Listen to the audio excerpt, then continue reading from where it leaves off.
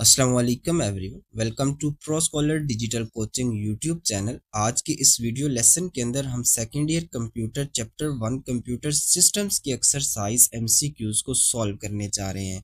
Students, यहाँ आगे बढ़ने से पहले मैं आपसे एक पॉइंट शेयर करना चाहूँगा कि इस यूट्यूब चैनल पर आपको सेकेंड ईयर कंप्यूटर की नए आने वाली बुक के तमाम चैप्टर्स के लेक्चर्स, एक्सरसाइजेस के सॉल्यूशंस, इसके अलावा इंपॉर्टेंट एक्टिविटीज़, इंपॉर्टेंट प्रोग्राम्स मिलने जा रहे हैं जो आपको अपकमिंग बोर्ड एग्जाम में बहुत ज़्यादा हेल्प आउट करेंगे। इसलिए आपने चैनल को सब्सक्राइब कर लेना है और साथ लगे बेल के निशान पे ज़रूर क्लिक कर लेना है ताकि नए आने वाली अपडेट्स की आपको नोटिफिकेशंस मिलते रहा करें। बिना टाइम वेस्ट किए स्टार्ट करते हैं। एमसीक्यूज 1 बेसिकली सिस्टम या प्रोडक्ट्स की यूजेबिलिटी के हवाले से है, और यूजेबिलिटी कहा जाता है कि किसी सिस्टम या किसी प्रोडक्ट को यूज़र के लिए यूज़ करना कितना आसान है। तो स्टूडेंट्स, यहाँ हमें कुछ टर्म्स गिवन है और इन टर्म्स में से हमसे पूछा जा रहा है कि कौन सी ऐसी टर्म है जिसे हम की एस्पेक्ट यूजेबिलिटी का काउंट नहीं करेंगे। तो स्टूडेंट्स, सिस्टम या प्रोडक्ट्स जो होते हैं वो अफेक्टिव होने चाहिए यूज़र के लिए, वो एफिशिएंट होने चाहिए, वो यूज़र्स के लिए सेटिस्फाइंग होने चाहिए। लेकिन सिस्टम या प्रोडक्ट्स जो हैं वो कम्प्लेक्स नहीं होने चाहिए यूज़र्स के लिए। तो कम्प्लेक्सिटी जो है ये बेसिकली एक नेगेटिव एस्पेक्ट है यूजेबिलिटी का। अगर हम क्वेश्चन नंबर 2 की बात करें तो इसमें हमसे कहा जा रहा है कि प्रिंसिपल ऑफ एरर प्रिवेंशन का मकसद क्या है। प्रिंसिपल ऑफ एरर प्रिवेंशन का मकसद है कि हम कुछ इस तरह के मेजर्स लें ताकि किसी एरर को अपीयर होने से पहले ही उससे बचा जा सके। अब क्वेश्चन नंबर 3 की बात करें तो क्वेश्चन नंबर 3 में हमसे पूछा जा रहा है कि कौन सी ऐसी यूजेबिलिटी टेस्टिंग की टाइप है जिसमें यूजर्स को कुछ टास्क गाइड किए जाते हैं और देन जब वो यूजर्स टास्क परफॉर्म करते हैं तो उनको ऑब्जर्व किया जाता है। तो मॉडरेट यूजेबिलिटी टेस्टिंग एक ऐसी टेस्टिंग मेथडोलॉजी है जिसमें जो मॉडरेटर होता है या जो फैसिलिटेटर होता है वो यूजर्स को टास्क गाइड करता है, और जब वो यूजर टास्क परफॉर्म करते हैं तो उनके बिहेवियर को ऑब्जर्व करता है। अगर क्वेश्चन नंबर 4 की हम बात करें तो क्वेश्चन नंबर 4 में हमसे कहा जा रहा है कि what does confidentiality in security refer to. अगर हम सिक्योरिटी पर्सपेक्टिव से बात करें तो कॉन्फिडेंशियलिटी का क्या मतलब है। कॉन्फिडेंशियलिटी का मतलब है कि सेंसिटिव इंफॉर्मेशन को प्रोटेक्ट किया जाए ताकि अनऑथराइज्ड वे में उस इंफॉर्मेशन को कोई यूजर एक्सेस ना कर सके या कोई हैकर एक्सेस ना कर सके। इसके बाद क्वेश्चन नंबर 5 की बात करें तो इसमें कहा जा रहा है कि which security threat involves deceiving users into providing sensitive information through fake communication. तो स्टूडेंट्स, फिशिंग अटैक एक ऐसा अटैक है जिसमें हैकर्स या क्रैकर्स जो होते हैं वो फेक कम्युनिकेशन के साथ यूजर्स को डिसीव करते हैं कि यूजर्स जो हैं उन हैकर्स या उन क्रैकर्स को अपनी सेंसिटिव इंफॉर्मेशन जो है वो प्रोवाइड करते हैं। क्वेश्चन नंबर 6 की बात करें तो क्वेश्चन नंबर 6 में कहा जा रहा है कि which of the following is a security measure that involve converting data into code form.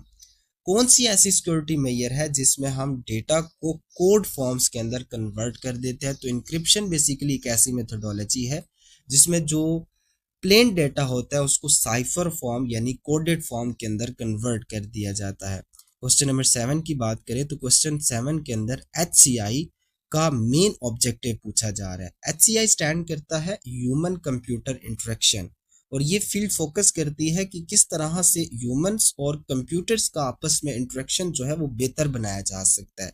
तो यहाँ जो मेन ऑब्जेक्टिव HCI का वो है यूज़र इंटरेक्शन, कि किस तरह से यूज़र्स जो है वो सिस्टम्स के साथ इंटरेक्शन करेंगे और ये इंटरेक्शन किस तरह से बेहतर बनाया जा सके। इसके बाद स्टूडेंट्स, अगर क्वेश्चन नंबर 8 की बात करें तो क्वेश्चन नंबर 8 में कहा जा रहा है कि which of the following is not considered अ की एलिमेंट ऑफ HCI। यहाँ कुछ टर्म्स गिवन है और इनमें से पूछा जा रहा है कि कौन सी टर्म को हम की एलिमेंट काउंट नहीं करेंगे। तो बजट को हम की एलिमेंट HCI का काउंट नहीं करते। क्वेश्चन नंबर 9 की बात करें तो क्वेश्चन नंबर 9 में कहा जा रहा है कि which of the following is a common issue related to accessibility in HCI। तो स्टूडेंट्स, अभी हमने प्रीवियस बात भी की थी कि HCI का मेनली फोकस होता है कि किस तरह से ह्यूमन और कंप्यूटर का इंटरेक्शन बेहतर से बेहतर बनाया जा सके। अब यहाँ जब कंप्यूटर के साथ ह्यूमन इंटरेक्ट करेगा और उनमें से कई ह्यूमंस जो हैं वो डिसेबल होंगे यानी कि वो विजुअली इम्पेयर हो सकते हैं। तो ऐसे यूजर्स के लिए lack of alternative text for images जो है ये बहुत ज़्यादा इशू आता है, क्योंकि वो अक्सर इमेजेस पे जो इंफॉर्मेशन होती है उसको रीड नहीं कर पाते। तो दैट्स वाई इमेजेस के साथ अल्टरनेटिव टेक्स्ट का होना ज़रूरी है, ताकि ऐसे यूजर्स जो फिजिकली या विजुअली इम्पेयर्ड हैं वो उस इंफॉर्मेशन को या उस इमेज में जो डेटा है उसको रीड कर सकें। अगर हम क्वेश्चन नंबर 10 की बात करें तो क्वेश्चन नंबर 10 में कहा जा रहा है कि which method involves placing the end users at the core of the design process in HCI। तो यूजर सेंटर डिजाइन इस तरह की बेसिकली डिजाइनिंग मेथडोलॉजी है जिसमें यूजर्स को फोकस करते हुए डिजाइन किया जाता है किसी भी सिस्टम या प्रोडक्ट का। क्वेश्चन नंबर 11 की बात करें तो यहाँ हमसे पूछा जा रहा है कि HCI की अगर हम बात करें तो यहाँ इंटरफेस का क्या मतलब होगा।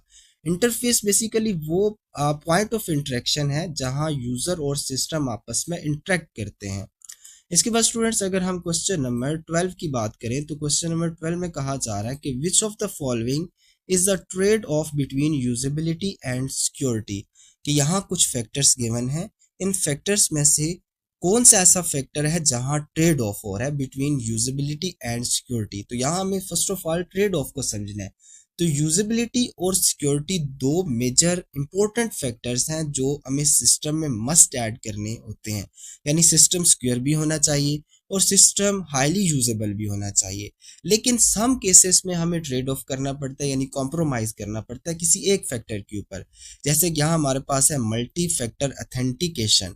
मल्टी फैक्टर अथेंटिकेशन आपने देखा होगा कि जब हम किसी वेबसाइट पर या किसी भी जगह पे लॉगिन कर रहे होते हैं तो मल्टी फैक्टर अथेंटिकेशन इसलिए होता है ताकि उस जगह पे लॉगिन प्रोसेस जो है उसे सिक्योर किया जा सके।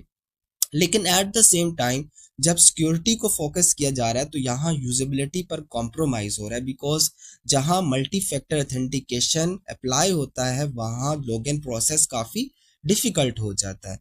अब स्टूडेंट्स अगर हम क्वेश्चन नंबर 13 की बात करें तो इसमें कहा जा रहा है कि which issue is caused by encryption.